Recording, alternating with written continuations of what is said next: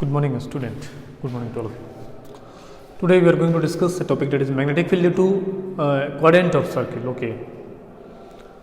Let us see here. Suppose this one, the quadrant of circle. Okay. And due to this quadrant, there is a current is flowing inside the wire, which is in the form of in the shape of quadrant, that is I, and we have to find the magnetic field at a point P.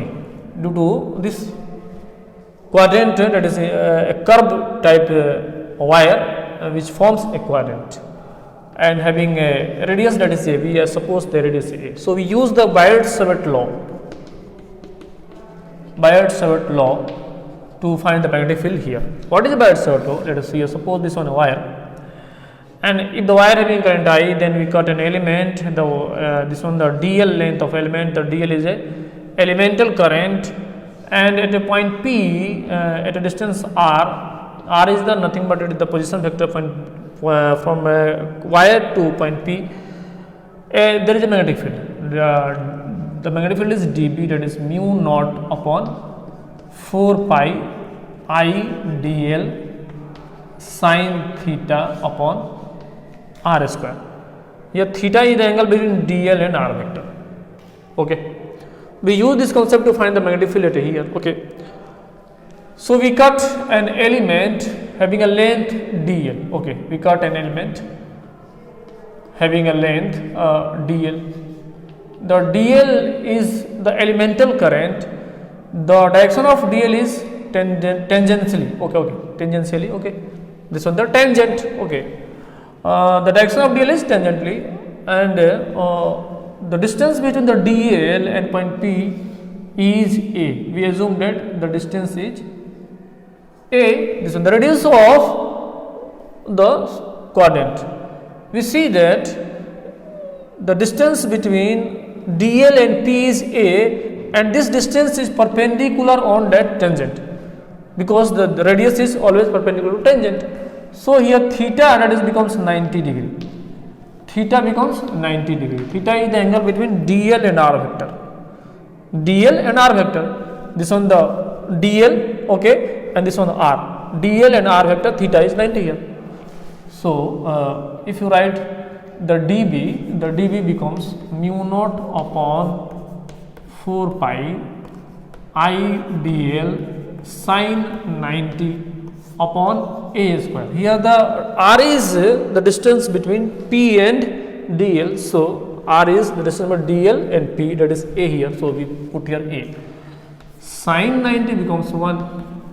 So the dB becomes dB equal to mu naught upon 4 pi I dl upon a square. And where the direction of dB, we put our thumb in the direction of electric current and curl our fingers, 4 fingers. The 4 curling fingers will give the direction of magnetic field. So here the magnetic field is inward. So we write here inward.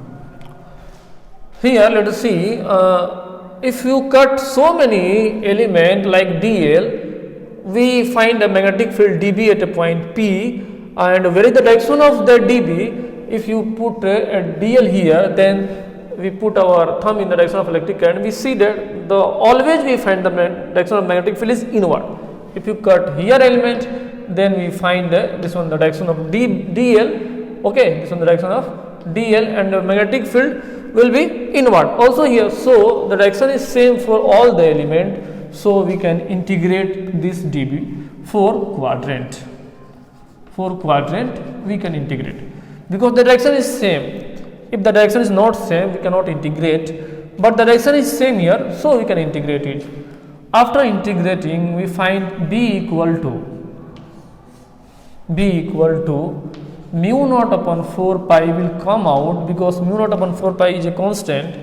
Here I is also constant because I is flowing inside the wire, and throughout the whole wire the I is always constant, and A is also come out because the A is the distance between the P and dl, that is here radius of this quadrant, and we know that the radius is always constant for any quadrant. So A square also will come out, and inside the integration there is a dl only. Okay, this one for quadrant. We integrate for quadrant. As we integrate, we find b equal to mu naught upon 4 pi I upon a square. This one, the integration of dl plus dl.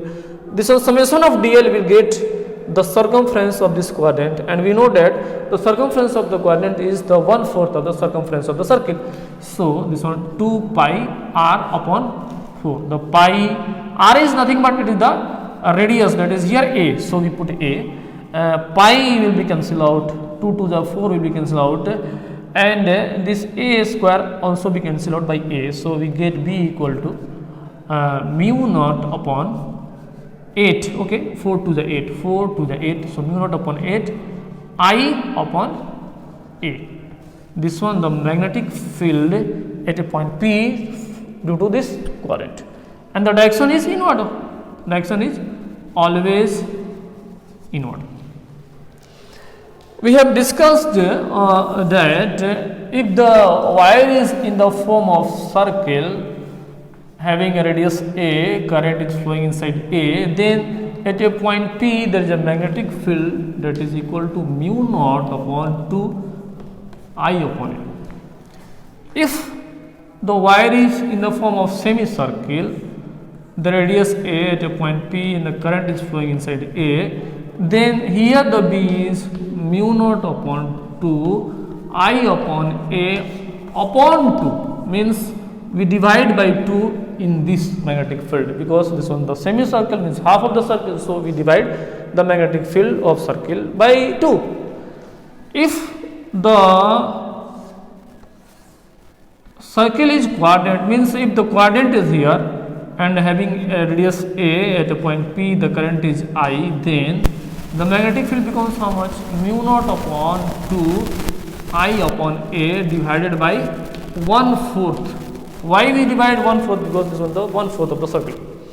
As you multiply, we get mu naught upon 8 I upon a. Let us see here, mu naught upon I, 4 to the 8, 4 to the 8.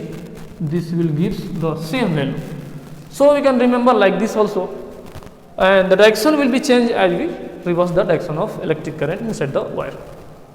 I think you are able to follow me. Thank you very much.